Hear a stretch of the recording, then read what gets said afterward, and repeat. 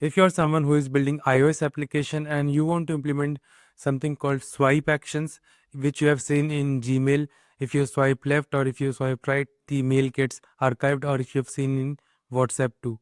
So that is what we are going to implement today in SwiftUI, and let's get into the video without any further delay. So this is one application I am working on, in which you can see I am listing all the items. For each item I am using a VStack. In VStack I am doing something like the text, and after closing the VStack you can see that I am doing a padding, and after that I am giving two swipe actions. So one is leading and one is trailing. So leading is something which goes like this, like from the left to right, and trailing is which goes from right to left. So you can understand from the leading and trailing.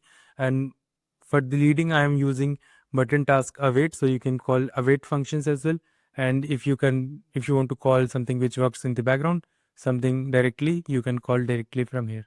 And you can see it is normal label, so it is just a normal button which you can put in every swipe actions.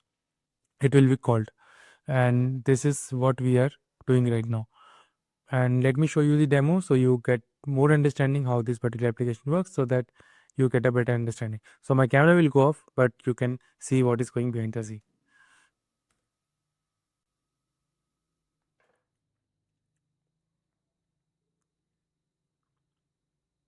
So you must be seeing this particular widget which I have created.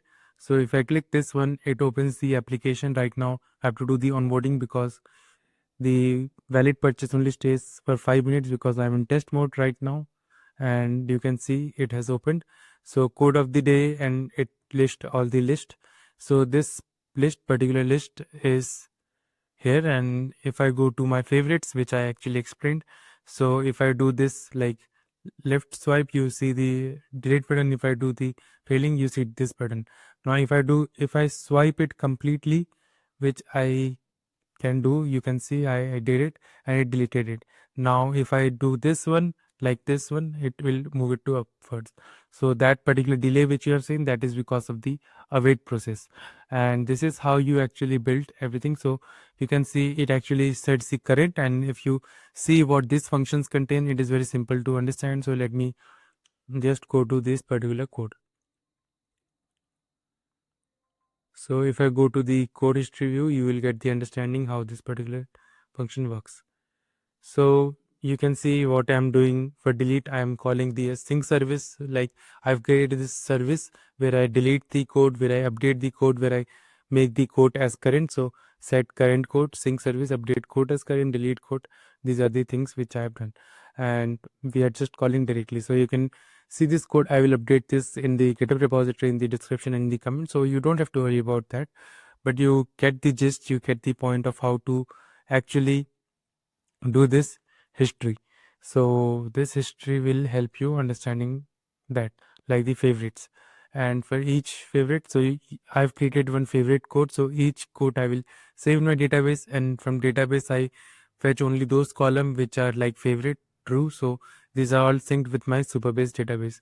So if I go into the sync service, so we are getting the favorite codes from the sync service, and I can show you that as well.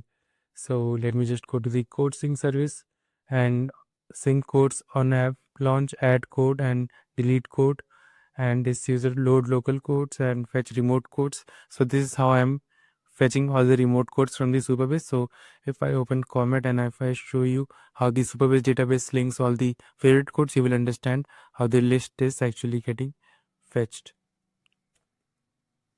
So you can easily get this code understanding directly from Cloud also, if you just give the code database, because I'm already using cloud.md, so you don't have to worry about that. So if I go to the Supabase and if I go to the table editor, and here you will see the codes table, and in which I have written all the codes. So you can see every code has this its favorite true or false. If it is true, that only we are fetching here, which you have seen in the code history view. So earlier I created this for history, but right now I've renamed it to favorite.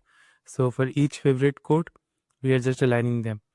So this is it, guys. This is what I want to talk about, and this is how you build an application where you do these swipe actions. So these are just a custom UI library directly from the iOS like the SwiftUI, so you can directly use those swipe actions to do the swipe. And if I do the edge, you can see a lot of options. So what options you have? Leading, trailing, this type of options you have initially. And this is how you do it. Okay. And on button role, so these are just the role which you know what exactly these do, and this is how it works. And this is it, guys, and I will see you in next video where I will talk about favorites, how to favorite it, and using that app icon, if I press the favorite, how it is getting saved, and how when I'm just clicking the favorite again, how it is deleting from the database. So we will check that and we will understand that. So till then, take care and bye, and I will see you in the next video.